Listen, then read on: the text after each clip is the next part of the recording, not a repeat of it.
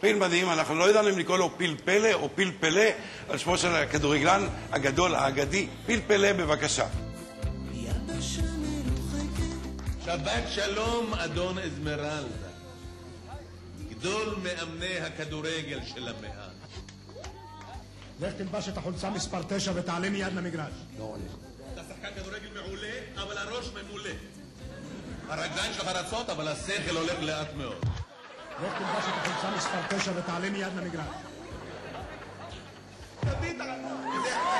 זה חיים, זה כדורגל.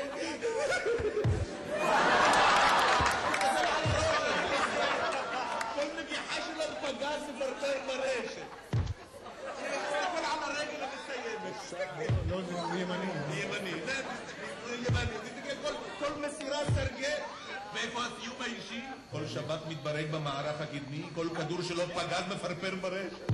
ואיפה הוא היום, אדון אזמרלדה? אתה תהיה שחקן כדורסל, תהיה על המפה, מבטיח לך, תקיף את המטבח, יופי. אתה תהיה ברקוביץ', כולם בהתחלה נמוכים.